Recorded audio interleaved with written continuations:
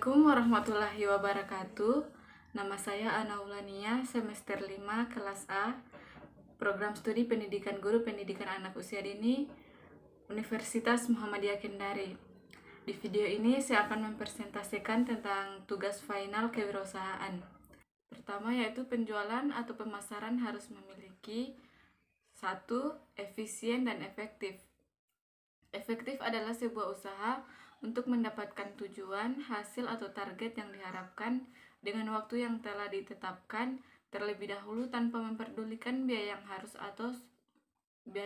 atau yang sudah dikeluarkan. Nah, pekerjaan efektif berhubungan dengan perencanaan, penjadwalan, dan pengeksekusian keputusan yang tepat guna. Adapun pengertian efisien adalah cara untuk mencapai suatu tujuan dengan menggunakan sumber daya yang minimal namun hasilnya maksimal. Nah, sumber daya ini diolah dengan bijak dan hemat sehingga uang atau waktu dan tenaga kerja tidak banyak terbuang. Kemudian pengiriman yang efisien dan pemesanan kembali yang dipercaya oleh pelanggan. Artinya, pada saat pengiriman barang kepada konsumen, barang yang dikirimkan tepat waktu dan aman, sehingga konsumen akan puas dengan hasil produksi dan dapat melakukan pemesanan kembali. Kemudian evaluasi apakah yang dikerjakan selama ini telah baik, perlu perbaikan, peningkatan. Artinya, setelah melakukan pengiriman barang, kita melakukan testimoni pada pelanggan untuk mengetahui kepuasan pelanggan terhadap barang yang kita produksi. Kemudian ada hadiah bagi petugas atau person yang berhasil. Nah, artinya di sini ada bonus bagi reseller yang telah melakukan penjualan terbanyak. Kemudian kegiatan menjual. 6 langkah sukses dalam menjual produk dan jasa bisnis. Pertama, punya cita-cita atau impian yang kuat walau dengan modal yang kecil. Nah, di sini diartikan ketika kita ingin membangun suatu usaha untuk diproduksi, kita harus memiliki jiwa yang teguh untuk menjalankan usaha tersebut walaupun dengan modal yang kecil. Kedua, kita harus mengumpulkan daftar nama calon relasi atau pelanggan. Artinya sebelum kita membuat produk, kita harus mengetahui terlebih dahulu kepada siapa kita akan menargetkan produk tersebut atau kepada siapa kita akan menjual dan memasarkan produk tersebut. Kemudian kita membuat janji dengan mereka. Nah, sebelum kita melakukan produksi yang lebih besar, maka kita harus melakukan pemasaran dengan berinteraksi langsung dengan calon pelanggan agar mereka mengetahui seperti apa produk yang akan kita pasarkan nanti. Kemudian kita mengadakan pertemuan dan mempresentasikan bisnis atau produk. Nah, di situ kita mempunyai kesempatan untuk memperoleh relasi dan pelanggan baru. Kemudian kita memberi contoh atau sampel. Kita menggunakan produk kita sebagai contoh, misalnya satu produk.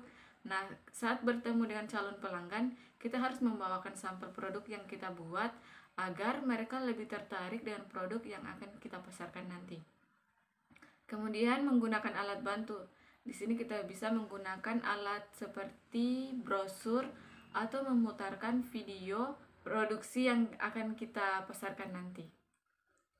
Kemudian pelayanan pelanggan yang sempurna.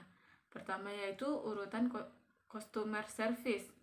Pertama, ketersediaan produk. Nah, di sini kita melihat produk sudah mulai menipis, maka kita harus segera memproduksi barang. Akan tetapi jika kita melakukan produksi, kita harus menyesuaikan dengan kondisi dan jumlah pelanggan. Kemudian kita melakukan penawaran segera. Nah, di sini setiap kita memproduksi produk baru atau barang baru, kita harus segera memasarkan atau membuat brosur agar pelanggan mengetahui produk kita yang terbaru. Perwakilan atau agen. Nah, ketika pelanggan produk kita sudah banyak, maka kita membutuhkan agen agar pelanggan mengakses produk yang diinginkan itu lebih mudah. Apalagi jika produk kita sudah tersebar di berbagai daerah. Nah, kemudian selanjutnya keadaan pesanan. Kita harus selalu mengontrol pesanan pelanggan agar pengiriman barang tepat waktu dan sesuai dengan keinginan pelanggan. Kemudian sistem distribusi, yaitu pelayanan produknya menggunakan agen agar sistem pemasarannya lebih gampang. Kemudian pelanggan melihat kualitas bukan sekedar mutu produk tetapi menyangkut yaitu kehandalan produk atau jasa. Di sini pelanggan melihat kualitasnya yaitu tentang kualitas produk yang lebih baik. Kemudian konsisten di sini kita mempertahankan kualitas produk yang kita miliki. Kemudian kecepatan dan ketepatan pengiriman. Nah, saat ada pelanggan, maka pelayanan kita dalam mengirim produk kepada pelanggan harus sesuai dengan yang diharapkan oleh pelanggan. Kemudian ketepatan pekerjaan. Jika pelanggan memesan sebuah produk, maka produk tersebut harus sesuai dengan pesanan pelanggan seperti tepat waktu dan dalam kondisi aman. Kemudian kesopanan dalam melayani. Nah, sebagai penjual kita harus lebih melayani dengan baik para pelanggan dengan menjawab telepon dengan sopan dan lain-lain. Kemudian nilai informasi yang diberikan. Nah, di sini juga saat menjual produk, kita harus memberi petunjuk bagi pengguna atau bagi pelanggan. Kemudian reputasi institusi pengiriman dan sikap positif staff. Nah, lanjut akibat sehingga menyebabkan kita kehilangan pelanggan. Pertama yaitu karena para pelanggannya pasif. Kemudian para pelanggannya berpindah-pindah, para pelanggannya gamang dan mudah berpindah pilihan. Kemudian para pelanggan mengubah rekomendasi, para pelanggan dapat lebih murah, para pelanggan orang yang mudah mengeluh, para pelanggan pergi karena melayani mereka acuh tak acuh dengan kebutuhan mereka.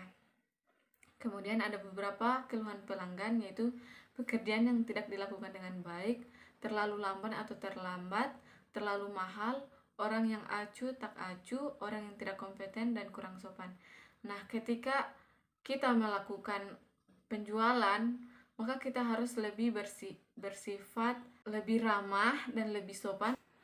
Kemudian hal-hal yang perlu diingat. Nah, di sini ada beberapa hal, yaitu umpan balik pelanggan adalah info penting. Pelanggan membutuhkan dan mengharapkan sistem ramah pelanggan. Pelanggan harus merasa memperoleh pelayanan yang terbaik. Pelanggan tidak boleh diganggu dengan masalah yang ada dalam perusahaan. Kemudian perlu menemukan keunggulan yang tepat yang dicari oleh pelanggan. Nah, ini yang perlu diingat ketika kita sebagai penjual agar tadi meminimalisir keluhan pelanggan. Kemudian hal-hal yang diharapkan pelanggan. Nah, di sini ada beberapa hal yaitu kerahasiaan, harga murah, kualitas, kegembiraan, ketepatan waktu, kebebasan memilih, keselamatan dan keamanan, status dan prestise, tidak ada keributan, fleksibilitas, pelayanan, keramahan dan kesopanan, konsisten dan kehandalan. Nah, untuk agar pelanggan tetap membeli produk kita, maka kita harus menjaga beberapa hal ini. Kemudian sumber dana dan penggunaan. Pertama, sumber data yaitu pinjaman jangka menengah, dana pribadi, laba operasi, akumulasi, depresiasi. Di sini sumber data yaitu pertama pinjaman jangka menengah, kita bisa ambil dari meminjam di berbagai tempat peminjaman. Kemudian dana pribadi kita ambil dari seperti tabungan pribadi. Nah, kemudian penggunaan, pembelian peralatan, persediaan, pengembalian pinjaman dan kenaikan modal kerja. Kemudian lanjut penggunaan. Nah, pembelian peralatan. Ketika kita memiliki produksi yang lebih besar, maka untuk mempermudah dan memperbanyak lagi produksi kita, maka kita harus membeli peralatan dan menyediakan persediaan yang lebih banyak. Kemudian pengendalian dana dari mana, yaitu dalam perusahaan intensif dan intern, dan perhatian yaitu waktu, persyaratan dan resiko. Kemudian lanjut ke negosiasi. Negosiasi adalah suatu proses untuk mendapatkan apa yang kita inginkan dari seseorang yang orang tersebut juga menginginkan sesuatu dari kita. Nah, kapan negosiasi perlu dilakukan? Pertama, jika memerlukan persetujuan. Kemudian, jika waktu dan usaha yang dicurahkan akan menentukan potensi hasil yang diharapkan. Kemudian, ketika hasil yang akan diperoleh bersifat tidak tidak pasti. Kemudian ada beberapa gaya negosiasi, yaitu red style, the blue style, dan the purple style. Pertama yaitu red style, di mana saat melakukan negosiasi, sikap kita ini lebih agresif, dan ketika bernegosiasi kita memiliki asumsi untuk meraih keuntungan lebih besar daripada rekan kerja sama kita. Kemudian the blue style. Nah, di sini saat kita melakukan negosiasi, sikap kita lebih ramah dan lebih terbuka dengan rekan kerja kita. Namun dengan sikap ini terkadang rekan kerja sama kita memanfaatkan sikap kita untuk meraih keuntungan yang lebih. Kemudian the purple style. Untuk sikap ini merupakan gabungan dari dua gaya tadi, yaitu the red style dan the blue style. Nah, sikap ini tidak terlalu agresif tetapi tidak juga terlalu baik, dalam artian negosiasinya seimbang antara dua belah pihak. Kemudian tahapan negosiasi. Nah, dalam tahapan negosiasi kita harus melakukan persiapan, yaitu sebelum melakukan negosiasi dengan pihak lain, kita harus mempersiapkan apa-apa saja yang akan kita negosiasikan. Nah, setelah persiapannya sudah siap, lalu kita diskusikan dan kita memberikan usulan apa saja produksi yang akan kita olah dan apa produksi yang akan kita pasarkan. Kemudian setelah adanya persetujuan, maka kita akan melakukan tawar-menawar. Nah, mungkin itu saja paparan dari persentase saya. Lebih dan kurangnya mohon dimaafkan. Assalamualaikum warahmatullahi wabarakatuh.